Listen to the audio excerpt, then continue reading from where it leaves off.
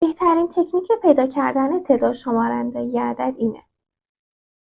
اول میایم مرحله اول اینه که عدد رو تجزیه کنیم.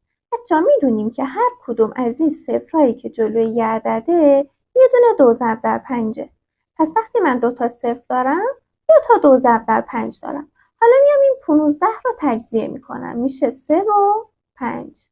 دوست خوبم پیج منو حتما فالو کن برای یادگیری مطالب بهتر.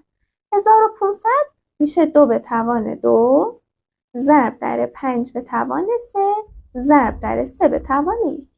حالا برای اینکه تعداد شمارنده هاش رو پیدا کنم به هر کدوم از این توان ها یه واحد اضافه میکنم.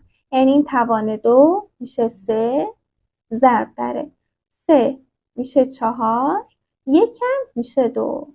جواب 24 تا. یعنی 1500 24 تا شمارنده داره. حالا تو میتونی با همین روش تعداد شمارنده 550 رو پیدا کنی؟